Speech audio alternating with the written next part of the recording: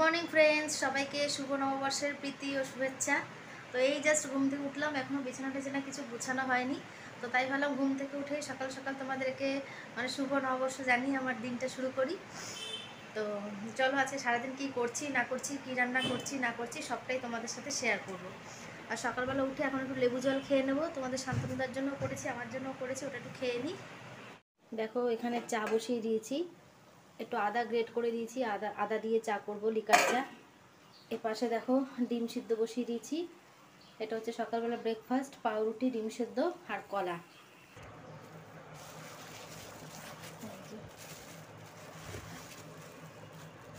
কলা,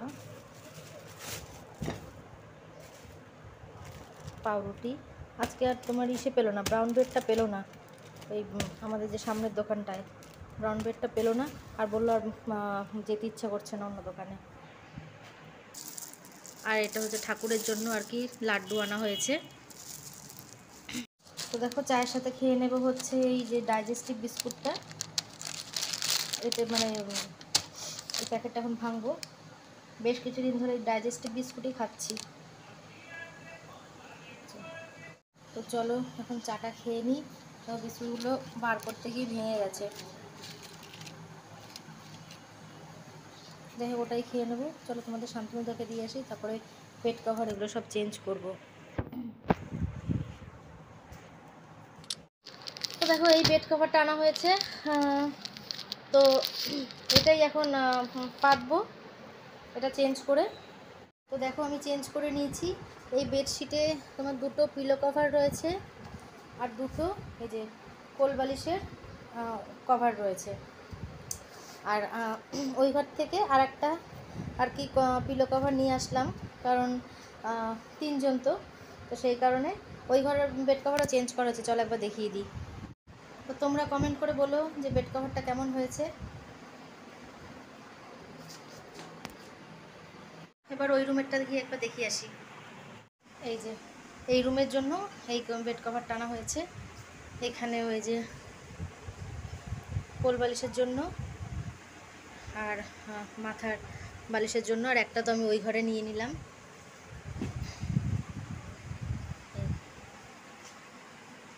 এখন বাজে 9:30, তো এখন ব্রেকফাস্টটা করে তারপরে রান্নার দিকে হাত দেবো। তো তোমাদেরকেও দেখাবো যে আজকে কী রান্না করব। ডিম সেদ্ধ, কলা আর 3 পিস পাউরুটি। তো যেহেতু ব্রাউন ব্রেডটা পেলো না, তাই এইটাই খেতে হচ্ছে, কী আর করা যাবে।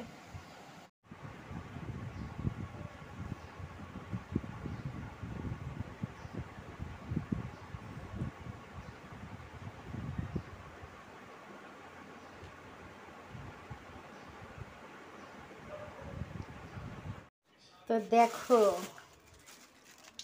কি এনেছে, মাটন। এই দেখো আজকে হবে মাটনের লাল লাল ঝোল। এখানে 2 কেজির মতন মাটন আছে। তখন এটাকে ভালো করে আমি ধুয়ে নিচ্ছি, তারপরে তোমাদেরকে দেখাচ্ছি। এই দেখো মাটনটাকে ভালো করে ধুয়ে ফ্রেশ করে নিয়েছি। আমি যেহেতু একটু চর্বি ভালো খাই, ওই জন্য বললাম একটু আলাদা করে চর্বি নিয়ে আসতে। এই দেখো ভালো করে একদম ধুয়ে ফ্রেশ করে নিয়েছি। এইবারে আমি আগে টক দই দিয়ে ম্যারিনেট করে কিছুক্ষণ রেখে দেবো।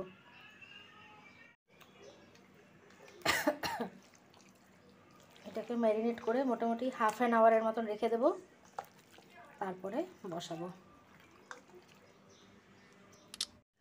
তো দেখো আমি এর মধ্যে তো টক দই দিয়ে আগেই ম্যারিনেট করে রেখেছিলাম, তারপরে আমি এর মধ্যে আদা, পেঁয়াজ, রসুন, টমেটো, জিরের গুঁড়ো, ধনের গুঁড়ো আর আমি একটু দিয়েছি মিট মশলা, নুন, হলুদ, এগুলো দিয়েছি।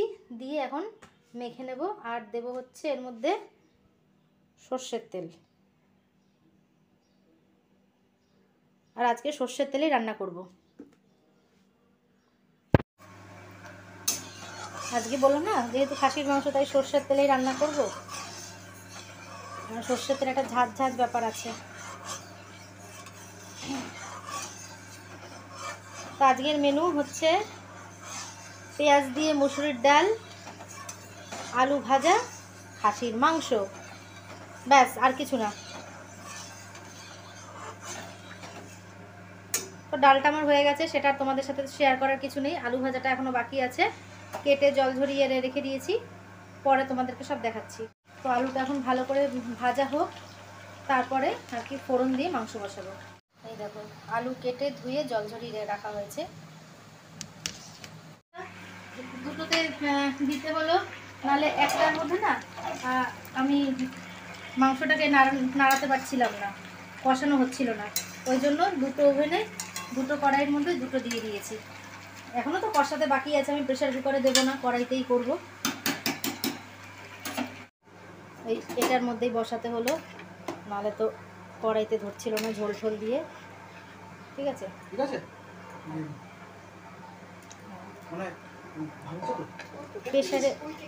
প্রেশারে না করে কষিয়ে কষিয়ে করলে স্বাদটা ভালো হয়।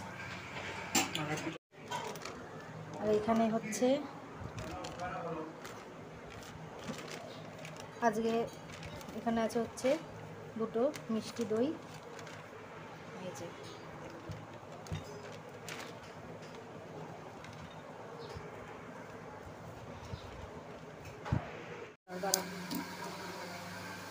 ভালো ঢেলে দাও।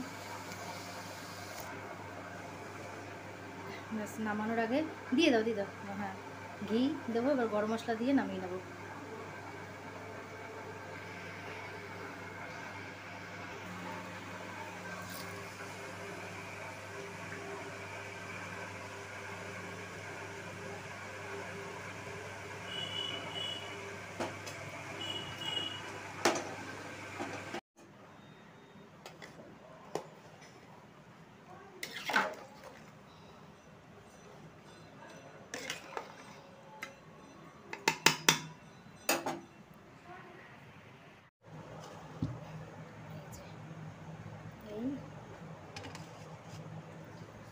এখানে বাড়ির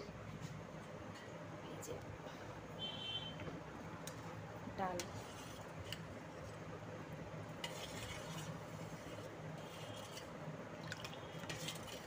পেঁয়াজ, রসুন, টমেটো।